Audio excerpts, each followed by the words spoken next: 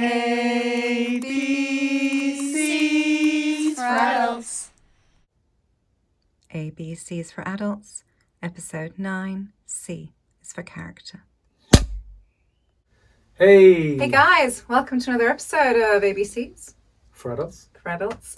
We're on the last of the C's, and that is character. Character. So, what do we mean by character? Character is an interesting one. I suppose we're going to be talking today about this character that we all play. We'll come to the personality, personalita, persona later.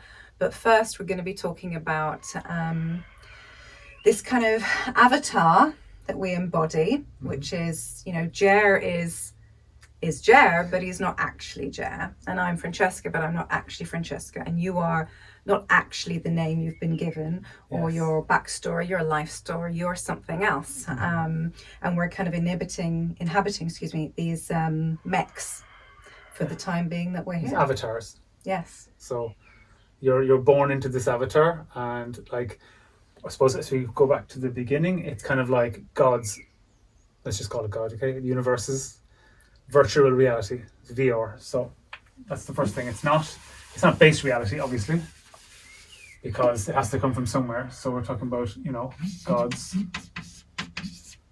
virtual reality. So the ultimate VR. Yeah. It's so funny that we're trying to make VR while in here instead of enjoying this. It's like this perfect virtual reality that we are moving around within right now. Yes. So it's virtual because it's not base reality, obviously. So it's God's VR, and so in that VR are mechs or avatars that we're given.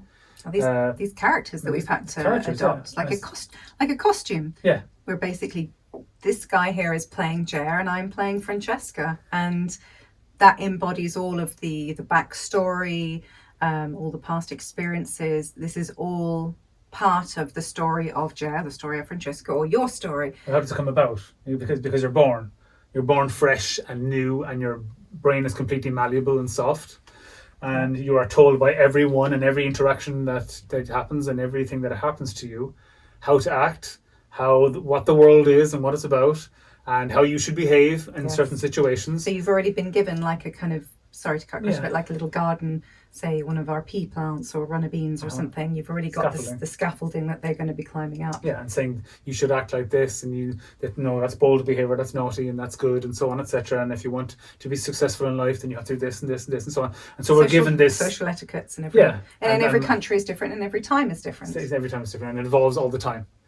So so then basically your character, your mech, then takes on a personality, and the personality is just learned responses to stimuli. So kind of defense mechanisms. So do you want to say something about personality? No, it's just interesting, the word personality coming from the word persona in Latin to mean per, which is for. Sona comes from sonare, which is, in Italian it's suonare, which is to sing or sound. To sound, to make sound. So it's for making sound. So we've got this character, this persona, this personality, which is our way of interfacing with reality, with this world. So it's kind of like the middleman between who we are and the world.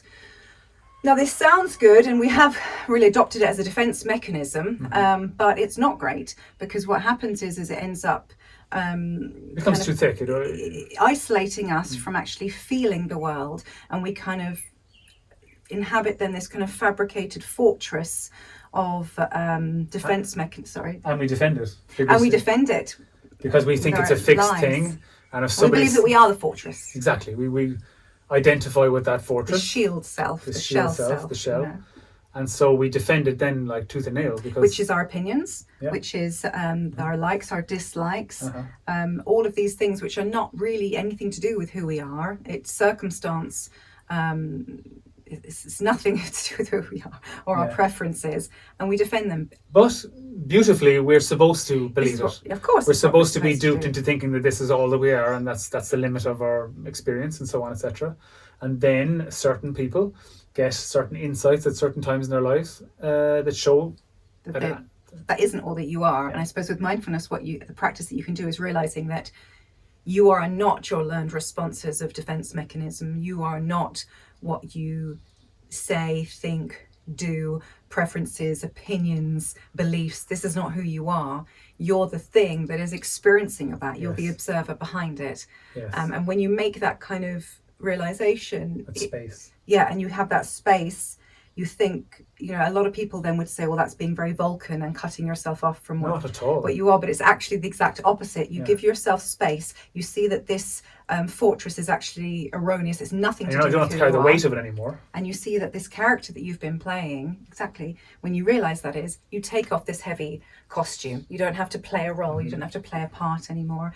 And you can just learn to be more you, more authentic. It's kind of, we're not even talking about people being fake. Like, it's kind of even like beyond that, because people know when they're being fake. It's what people just don't know it. And it's not that you're being fake. It's just we have been molded and crafted to have to assume a character. So you go into a shop and you're like, hi, can I have this? And the other person goes, or you're on, it's all this kind of, with our voice Snoopy and inflections.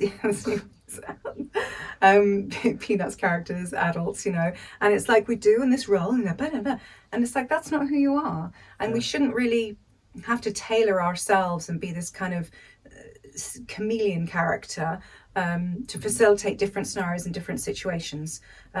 So I suppose that's what we're trying to do, is get past that. And we've experimented with this actively with people when we go to the market. We did just this morning. We were in the market.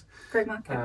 Great market. We would buy all of our fresh vegetables and stuff like that, because it's too early to grow our own right now, and lovely, organic, beautiful food and stuff like that.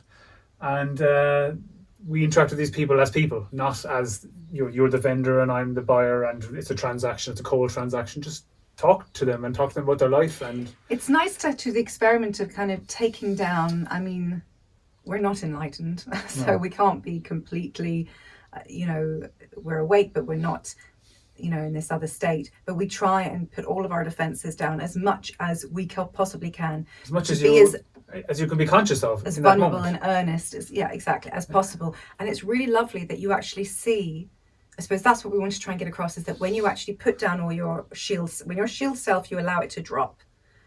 Even with people you don't know. It can be terrifying, of course. It is terrifying. But when you try it, you see, oh, nothing bad happened right there. They do the same. Like 99.9% of the time, we're mimic animals as well, because we are social beings, that the other person goes, oh, okay, I can take this costume off. It's safe to take the mask off. Hi, okay. And that's the good stuff then. Then you really get to connect. So it's just not having the weight of the character and these kind of programmed responses to life, because you feel that you have to be faithful to your character and defend it at all costs. It's not a healthy way to live. It's not a healthy. It's a very stressful way to live. And, it does, because you're stressed in your shell self, And it leads you to indulge in various distractions and self-medications of various different sorts, just to get by, because you're not feeling comfortable in your own avatar. Yes. And if you start, as Francesca said, just get the distance between you and the character as much as possible, knowing that, of course, the amount that you are involved with the character is as much as you're supposed to be involved in that moment. So don't give yourself too much of a hard time that, like, oh, I forgot there. That's just a backdoor for the ego to get in again and give you another battering over the head, and so doing, reinforce the ego and the character and your false personality. It's letting go of that a little bit at a time, and that's just part of this whole journey. So basically, we're trying to say, lower your shield self. You should try that. Yeah, lower your shield self, which is hard to do in a society such as ours, which is all about strengthening the shield self, and adopting this persona of I'm fine, how are you, as a rhetorical question. Of course, no one actually wants to know how you are, unless it's good friends and family, but I'm saying 90% in general, have a good day. These learned rituals that we engage in, but at a very superficial level. It's it's hard in our society, but I really feel that because it's so not done, the more you do it, it's such a surprise to people that the more that they react in really positive and beautiful ways. Yeah. And there was something else I was going to say, but I've forgotten. Doesn't matter. Something else about quick chat, dance, sing, do something. keep them occupied. Doesn't matter. We can put it in the next one. I can't remember. But a lot of these now, as we're finding, as we're going down the alphabet, they're going to be a lot of crossover and kind of repetition, obviously. And smudging in and Because the whole thing is about chilling a bit more and more with each and we need to bit hear of the same information things over and practicing the little bits of information. And we need to hear it over and over again because we forget, and we need to help each other because we do forget and we do get bogged down and stuff. But I suppose that the takeaway is try and notice your shield self, this tough exterior, and that you don't need it, and you can connect far more with people if you don't have it, and that you are just character. And don't reinforce it by taking on other people's energy. Like if they're in a bad mood or they're not treating you very well, I remember.